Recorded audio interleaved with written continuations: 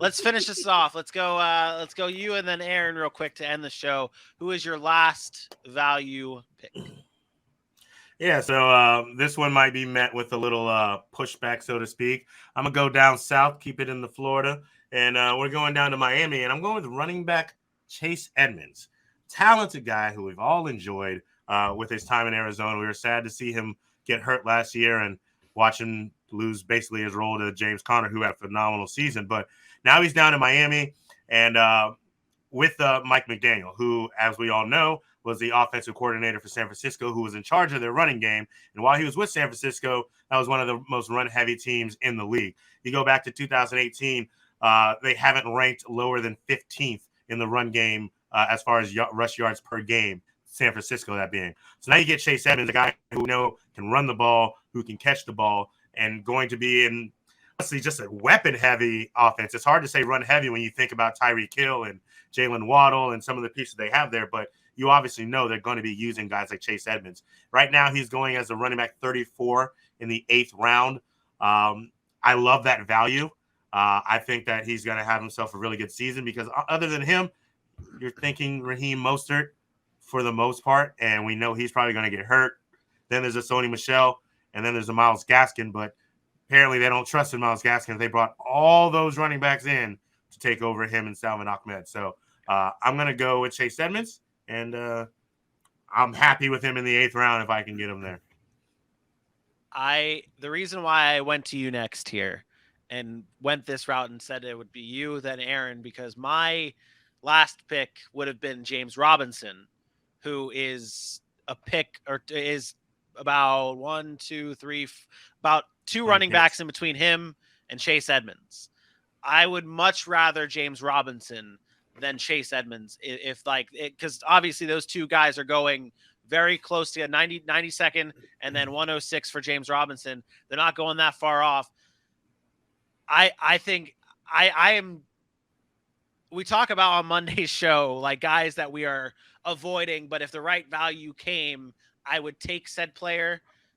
Chase Edmonds is pushing that line for me. Like, obviously, if Chase Edmonds really falls, I would take him. But I wouldn't take Chase Edmonds within 3 or 4 rounds of where he's going, to be completely honest. Just because of I don't like that Miami. I do not like that backfield. I just have way too much discomfort, and I can't. And obviously, this is more of a bench spot, and you're hoping, right? You're where they're going. It's more of a bench spot, hoping that they produce. I mean, Chase Edmonds is a guy that you will probably consider putting in your flex at that point from round 8 in most cases. But go ahead. I was just going to argue. You finish, and then I will rebuttal. Well, I mean, your worry is you don't know which guy it's going to be, right? Obviously, there's some affinity with Raheem Mostert. He brought him over from San Francisco. He must know that he can fight the injury or whatever. Are you worried that Raheem Mostert is going to overtake Chase Edmonds? I don't think even if that becomes a situation, it's nowhere near to the point that Chase Edmonds is an afterthought. I think Sony Michel is just a guy that is going to spell in the red zone, even though really you don't need him to do that because, again, Raheem Mostert and Chase Edmonds have so much. I don't know if I'd even say I'm worried about one overtaking the other. Like, I think that that's just how it's going to end up being, is just not necessarily one overtaking the other, but it being more of a split backfield than anything. And I know say your line, Aaron. We started the show. We have to stop about RBCs, but this is one of the RBCs that I really don't know if I want to. Running back by committee is okay. And it's okay. And the reason being here is because of the pick I had was James Robinson, who I know is in a running back by committee. It's just Travis Etienne. It's just Travis Etienne. Let me ask you this question. Do you really believe that in a football game, there's probably 25 to 30 handoffs, right? Yep. Maybe a little bit more. Maybe you get 35, whatever. You really believe that it's going to be 10 for Edmonds, 10 for Mostert, 10 for somebody else, 10, like that's not the way football works. The NFL does not work that way. No, but what I can see is it being 14 for Edmonds and 9 for Mostert 1 week, and then the next week it's 14 for Mostert and 8 for Edmonds. I can see With that. that thought process, let me give you my analysis based on what you just said, because I was waiting for you to say something like that. Where Chase Edmonds is being drafted, which is what we're talking about, ADP, AJ mentioned it, running back 34. You know where Chase Edmonds finished last year? Running back 34. You know how many carries he had last year? 116, which is nothing. That's averaging 10 carries a game, which based on your math, the way you just did, it would be about 116. The year before that, he was running back 25. You know how many carries he had? 97. He is one of the most efficient running backs in the NFL, despite his injury history, despite his lack of touches in an offense. He's clearly the number one back right now, at least on the depth chart. He has Sony Michel behind him. So, yes, he's on the depth chart. Yes. He's listed as number one. No. That's not what that isn't what I asked. That is not what I'm asking. You said he's clearly the number. Like, is it that that's like clear when they issue out a depth chart? When they issue out a depth chart, that's how they do it. But number one, you have to look at who got paid the most money. Who got paid? Who did they invest in? Chase Edmonds. One of the first players signed.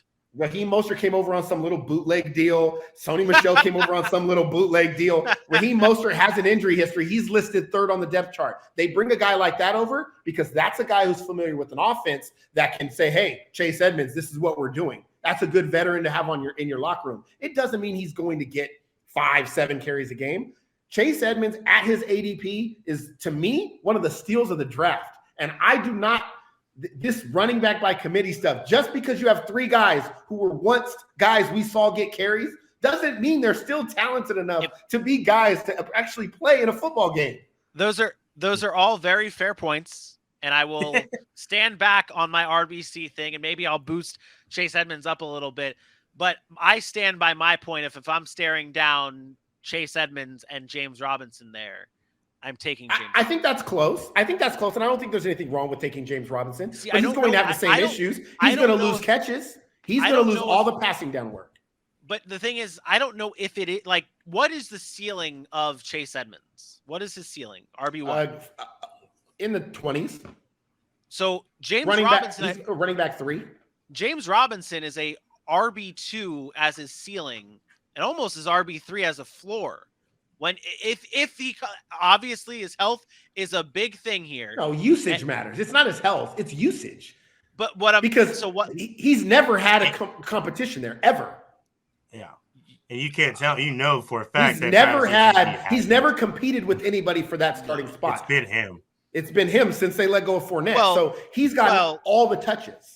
Well, if you're saying that, he did have to compete before when it was with Fournette and then Rock Armstead. Like, obviously it wasn't a big competition. Rock Armstead. Fournette was let go because of money reasons. We all know this. Obviously it wasn't a big competition, but he still had to compete. You're not saying everybody. No. What I'm saying is that he never had to split carries with anybody. Travis Etienne is going to touch the football. That's a fact. And that's what I'm saying. I think, but I still think that James Robinson's floor is RB3, and you just said Chase Edmonds' ceiling is RB3. Okay. So like that's why I'm saying that I'd much rather. But I'm saying that based on their situations. Like, I think there is no chance in hell that James Robinson really breaks the top 15 in running backs this year. I just don't.